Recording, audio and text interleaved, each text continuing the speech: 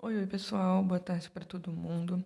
Dando continuidade no que a gente estava vendo dentro de ópticas geométricas, hoje a gente vai falar um pouquinho de espelho plano, tá? Então vamos começar aqui com os conceitos básicos. Aqui a gente tem uma superfície qualquer, tá? Uma superfície lisa. E esse RI que a gente chama de raio incidente, é o raio que está vindo e batendo aqui, né? Vindo nessa superfície.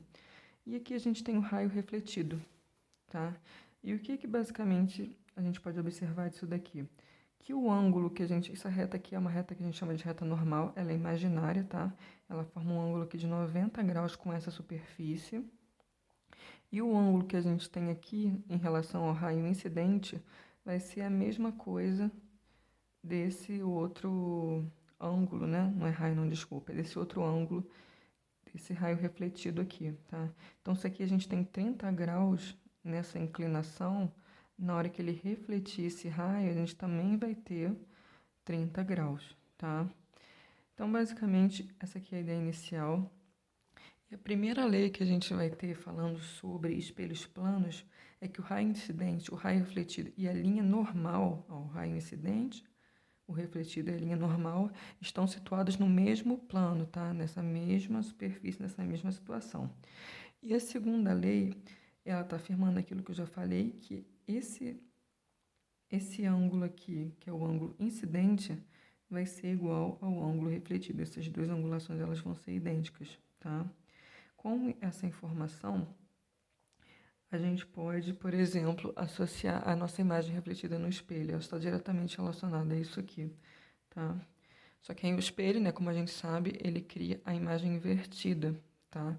O que está na direita vai para a esquerda, o que está na esquerda ele reflete na direita. E vamos falar um pouquinho também sobre a associação angular de dois espelhos planos.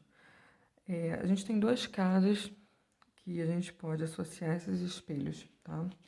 Que são quando a gente tem esses dois espelhos paralelos. O que são dois espelhos paralelos? Eles estão um virado de frente para o outro, tá? Vamos imaginar que a gente tem um espelho aqui e a gente tem um outro espelho aqui.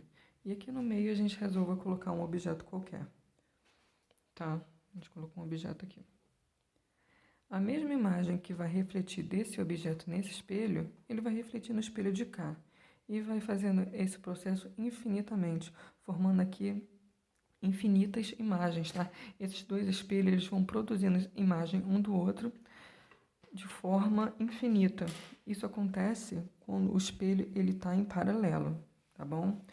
Quando o espelho está com uma angulação qualquer, como por exemplo, eu tenho um espelho encostado no outro, vamos imaginar que ele tem uma angulação aqui de 30 graus entre esses dois espelhos, tá?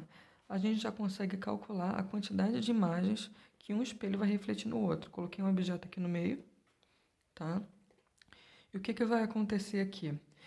Esse espelho vai refletir esse objeto, que vai refletir no outro, e assim sucessivamente.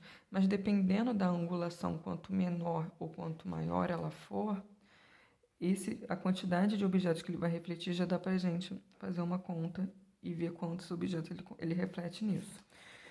Que a fórmula é basicamente a seguinte, ó. O número de imagens que ele vai refletir vai ser igual a 360 graus dividido pelo ângulo menos 1, tá?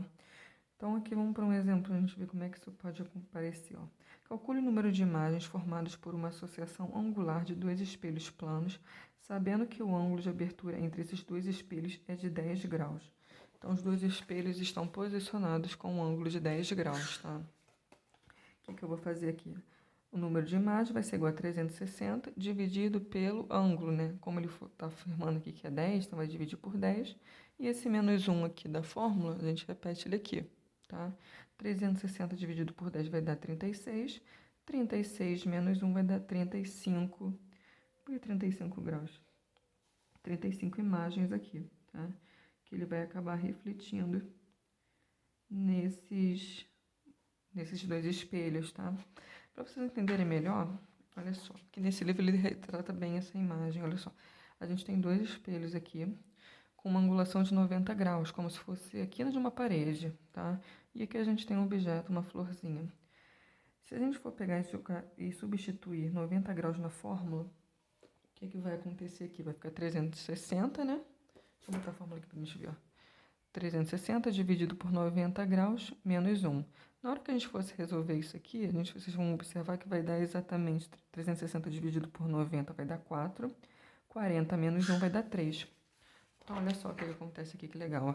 A imagem, né, desse objeto aqui, ele vai refletir 3 vezes nesse espelho. Então, a gente vai ter reflexão aqui de 3 objetos, mais né, o original, a própria figura que está aqui. Basicamente é isso aqui que acontece, tá? Então tentem resolver os exercícios de hoje, eles são bem simples. E qualquer dúvida é só me mandar, tá? Uma mensagem.